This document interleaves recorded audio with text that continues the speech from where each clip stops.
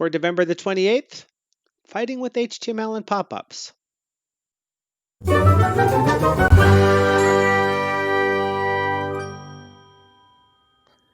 Hey, hello, fellow Sublime Text fanatics. Odette Nerd here. Here's your rather late devlog for Devember the 27th. It's currently Monday today, and rare daylight sighting of Odat Nerd. Stuff conspired yesterday such that I managed to get some code pushed up for changes that I was doing, but I didn't have time to do a devlog. And in all honesty, I didn't quite spend an hour doing this stuff because life conspired to throw a bunch of stuff at me yesterday, and I didn't have a lot of time. However, I have banked a lot of extra time in live stream, so I think we're okay on that. I almost hit an hour fighting with this stuff, and we're not going to show you the code because the code is particularly not that in Git, I should say. We're not going to show you the code because the changes are rather minuscule, but basically it involved making changes to the CSS here that's going to style our pop-up, the code in this pane. I could even do a little bit of that so we can see it a little bit better. That actually displays our pop-up, and some changes down here as well. And if we wanted to go through this, we could say I made this height a little bit taller. This now includes information on tags and the video ID and the visibility status of the video itself. Up here, we can see that in the title of a video in the pop-up, we now have information on its visibility, i.e. public, private, unlisted.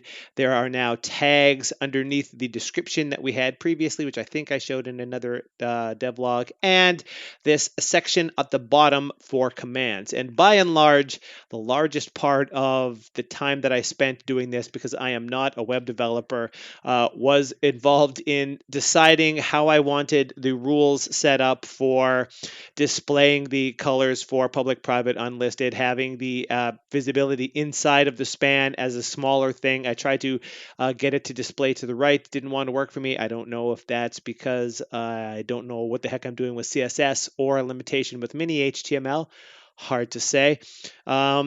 I added in the tag section and the command section. Spent a bunch of time wondering why, if I include a border top, I get a border on the top of the div. If I use border bottom, I get a border on the bottom of the div. And if I use border top and border bottom, I get a border on the top, the bottom, and the left. For reasons I did not understand, eventually I gave up on that and decided to just use a border top on the item that I added underneath it to do this very thing. And I'm going to also point out that I spent far too long wondering why a rule for HI span wasn't highlighting span tags in an H1 tag.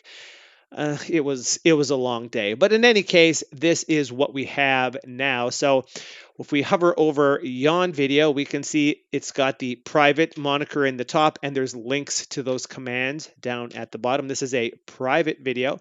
If we were to use something that was unlisted, say for example this one, that's unlisted. We can see this one actually has a couple of tags, Sublime text, help down there as that green text, but that's unlisted. And this video is public and also has some more tags than that. And if we were to go way down here, some of these ones have even more things as well. Now, these links, only one of them works currently, and that is this one. And if I was to click this, we would see that pop up over here in this window, which is kind of bright for right now. But this is the only command of all of these three commands that can take a video ID as an argument to the command and actually do something.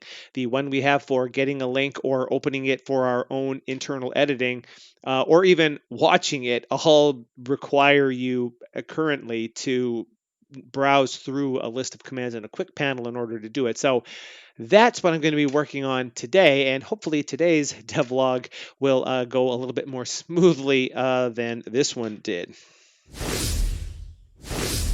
And that's all I got for you today. But remember that tomorrow here on the channel at 8 p.m. Pacific, we're doing a live stream continuing work on this. I think we might actually get into the terribleness of trying to send changes up to YouTube. I'd like to get that done at least in some form before Devember ends so that we can take ourselves the full circle of being able to get information down and put information back up. I'm going to do a little bit of investigation on that to see exactly how feasible it is to get that done in the short term.